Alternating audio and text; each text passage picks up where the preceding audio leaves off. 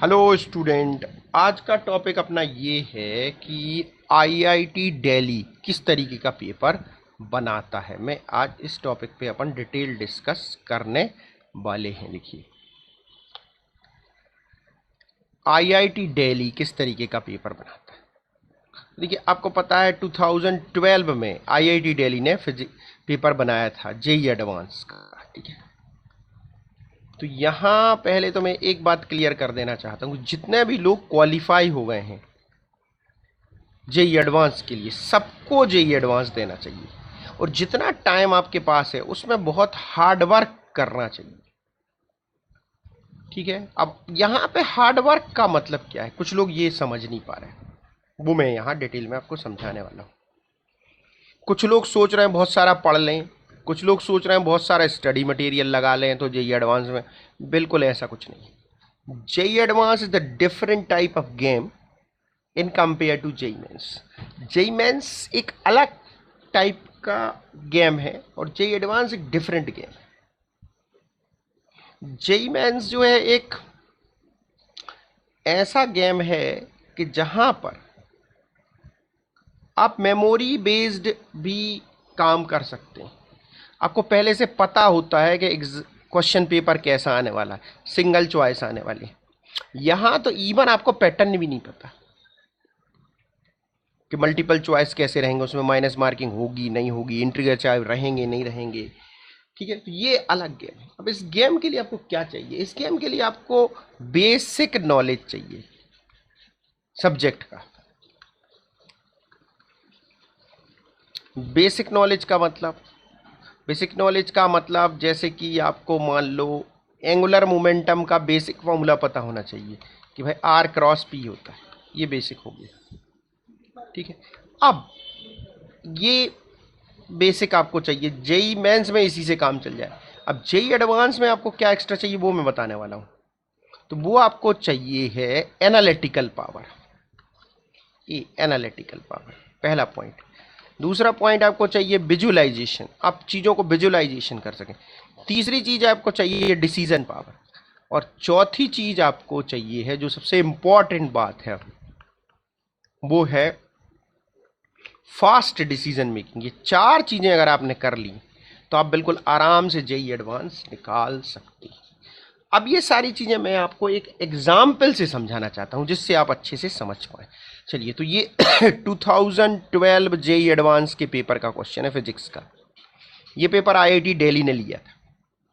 चलिए, क्वेश्चन आप आराम से देखें। Small mass M is attach to massless string whose other end is fixed at P. इस एंड पे ये फिक्स है। The mass is undergoes circular motion X Y plane with center at O at constant angular speed omega. If the angular momentum of system calculated about O and P are denoted LO and LP respectively, then ठीक है। तो ये आपने एक इस तरीके से, जैसे अपना पेंडुलम होता है वैसा पार्टिकल लिया, इसको ये ऐसा रोटेट कर रहे हैं, ये सेंटर ये ऐसा रोटेट हो रहा है, एक्चुअल में ऐसा रोटेट हो रहा है। ठीक है, सर्कुलर पाथ में ये पार्टिकल इनिशियली यहाँ था, अब यहाँ है। ठीक है, समझ में आ रहा होगा हमारे ख्याल से आपको। तो अब ये है ओ पॉइंट, यहां से आपको इस पार्टिकल का एंगुलर मोमेंटम देखना है, ये ऐसे रोटेट हो रहा है, और यहां से देखना है। ठीक है, तो ओ से एंगुलर मोमेंटम देखना हमारे ख्याल से हर एक बच्चे से बनता होगा, क्योंकि आपको सर्कुलर मोशन पता ही है। तो आप यहाँ ओ पे होते हैं, ये पार्टिकल ऐसा जा रहा है, तो ये वेलोसिटी होगी, ये आर होगा। तो अगर आप यहाँ आर क्रॉस वी निकालेंगे, क्योंकि एम तो कांस्टेंट, तो ये आएगा अपवर्ड ऊपर की तरफ। अगर यहाँ निकालेंगे तो यहाँ पे आर ये आएगा, वी ये आएगा, आर क्रॉस वी निकालेंगे तो अपवर्ड। और मैग्नीट्यूड तो कांस्टेंट है ही, क्योंकि डिस्टेंस कांस्टेंट है। इसका मतलब एलओ जो है वो वेक्टोरिक ई कांस्टेंट। ठीक है, तो ये तो आपको मेरे ख्याल से पता होगा पहले से। अब यहाँ से आपको निकालना है, ये नई चीज़ है, इसमें आपको थोड़ा दिमाग खर्च करना है यहाँ से निकालने में। ठीक है, चलिए तो ध्यान से देखें। सबसे पहली चीज, जब आप यहाँ बैठेंगे तो सबसे पहले ये आर होगा आपका, और ये जो है अंदर की तरफ इनवर्ड वेलोसिटी वी होगी। जब आर क्रॉस वी करेंगे तो आप ध्यान दें ये आएगा वेक्टर एल पी। जब यहाँ होंगे, ध्यान दें, तो आर्थ वेक्टर ये होगा, लेकिन वेलोसिटी वेक्टर आउटवर्ड होगा, बाहर की तरफ। अब जब आप यहाँ पे आर क्रॉस वी करेंगे तो ये ऐसा आ जाएगा। अब आपको बहुत ध्यान से देखना है, तो ये दोनों वेक्टर इक्वल नहीं है, इसलिए इसको मान लेते हैं 1 और इसको मान लेते हैं 2। दोनों वेक्टर इक्वल नहीं है, ठीक है। मैग्नीट्यूड तो इक्वल होगा क्योंकि सारी चीजें इक्वल। चलिए अब आप यहाँ पे ऑप्शन देख सकते हैं। ऑप्शन में दिया गया है LOL नॉट ब्रे विद टाइम, नहीं है सही। LO varies with time, LP remain constant, ये भी गलत। LO remain constant, LP varies with time, ये सही ऑप्शन, सी ऑप्शन इसका।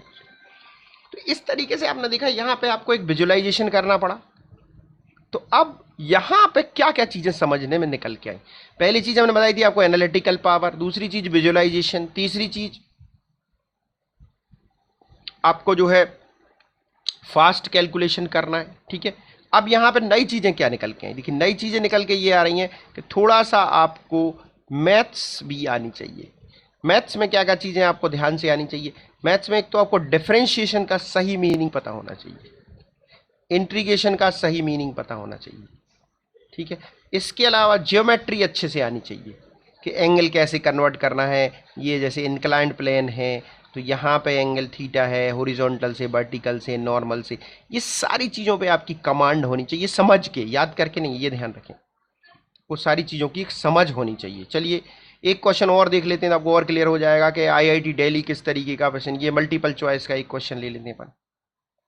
ये देखिए, एक इंक्लाइंड प्लेन पर एक ऑब्जेक्ट रखी हुई है, mass of block 0.5 kg, lies on fixed inclined plane PQ, makes angle theta with horizontal force 1 newton on the block through its centre of mass as shown in figure, block remain stationary. Block stationary है तो क्या क्या हो सकता है, आपको ये options पे विचार करना है। इसका मास इतना है 0.1 × 10, तो यानी 1 आ गया, इसका वेट आ गया 1, ये डाउनवर्ड एक्ट होगा वेट। अब यहाँ कंपोनेंट आपको पता ही है क्या आता है, mg साइन थीटा, ठीक है। ये वाला आता है mg कॉस थीटा, और ये नॉर्मल होता है, दोनों इक्वल होते हैं। अब फ्रिक्शन ऊपर भी लग सकता है, फ्रिक्शन नीचे भी लग सकता है, it depend on intention of the motion, ठीक है। तो अब ये कह रहे हैं कि अगर थीटा 45 डिग्री है तो क्या होगा। आप ध्यान दें, अगर थीटा 45 डिग्री है, अब ये जो फोर्स है 1, इसके कंपोनेंट आप करेंगे, तो ये आप ध्यान दें हॉरिजॉन्टल से थीटा एंगल बना रहा है, तो यहाँ पे इसका जो कंपोनेंट आएगा, ध्यान रखें ये भी 1 है, ये mg 1 है, माने ये वाला फोर्स होगा साइन थीटा, और ये भी 1 है, इसका यहाँ पे कंपोनेंट क्या आने वाला है, यहाँ पे कंपोनेंट आने वाला है 1 cos थीटा, और थीटा 45, तो दोनों इक्वल, तो ये दोनों इक्वल हो गए, तो यहाँ पे फ्रिक्शन की कोई ज़रूरत ही नहीं, तो फ्रिक्शन इस समय नहीं होगा। अब थीटा को अगर आप 45 डिग्री से बढ़ा दें, ध्यान दें थीटा को बढ़ा रहे हैं 45 से, थीटा जब बढ़ेगा 45 से, आपको ध्यान देना है थीटा ग्रेटर देन 45 है, तो साइन थीटा बढ़ जाएगा, ठीक है, और कॉस थीटा डिक्रीज हो जाएगा, तो यहाँ पे ये वाली वैल्यू बढ़ जाएगी और ये कम हो जाएगा, ये वैल्यू ज़्यादा हो जाएगी। तो यहाँ पे फ्रिक्शन किस तरफ लगेगा, फ्रिक्शन लगेगा टूवर्ड Q, तो ये ऑप्शन बी गलत होगा। अब theta greater than 45, friction direction toward Q, सही है ये आंसर। डी और पढ़ लें, theta less than 45, frictional force act the Q, तो ये नहीं हो पाएगा, ये उल्टा हो जाएगा। चलिए, तो ये आपको मेरे ख्याल से समझ में आ गया होगा कि जेई एडवांस के लिए आपको बहुत सारा ना तो पढ़ने की ज़रूरत है, ना बहुत सारा नॉलेज की ज़रूरत है, आपको ज़रूरत है अपनी एनालिटिकल पावर स्किल को बढ़ाने की, क्योंकि IIT दिल्ली एक ऐसा पेपर लेता है जिसमें आपको कॉन्सेप्चुअल क्लियर हो और उसका अप्लाई कर सके, कॉन्सेप्ट को ठीक से अप्लाई कर सकें, ये ज़रूरी है, बाकी आपको कोई ज़रूरत नहीं है। तो आपको ज़रूरत ये है कि आप ओल्ड IIT के पैटर्न पर जो क्वेश्चंस हैं उनको ज़्यादा से ज़्यादा सॉल्व करें, ज़्यादा से ज़्यादा प्रैक्टिस करें खुद से। ऐसा नहीं कि सलूशन को रीड करें तो फ़ायदा नहीं होगा, आपको खुद से ज़्यादा ट्राई करना चाहिए। आप जितना जानते हैं उसी को आगे ले जाएं। ठीक है, तो जेई एडवांस बिल्कुल अलग टाइप का गेम है, आप कर सकते हैं। अगर आप क्वालिफाई हो गए हैं तो पक्का ठीक से तैयारी करके जेई एडवांस का पेपर दें। ऐसे बहुत सारे स्टूडेंट्स हमारे नॉलेज में हैं कि जिनके मार्क्स जेई मेंस में 100 मार्क्स थे और जेई एडवांस वो आसानी से क्वालिफाई कर गए, और जिन लोगों के ज़्यादा थे वो नहीं कर पाए। तो कोई गारंटी नहीं है जेई मेंस में आपके मार्क्स ज़्यादा आ गए तो आप क्वालिफाई कर जाएंगे, और जेई मेंस में कम आए तो आप क्वालिफाई नहीं कर सकते।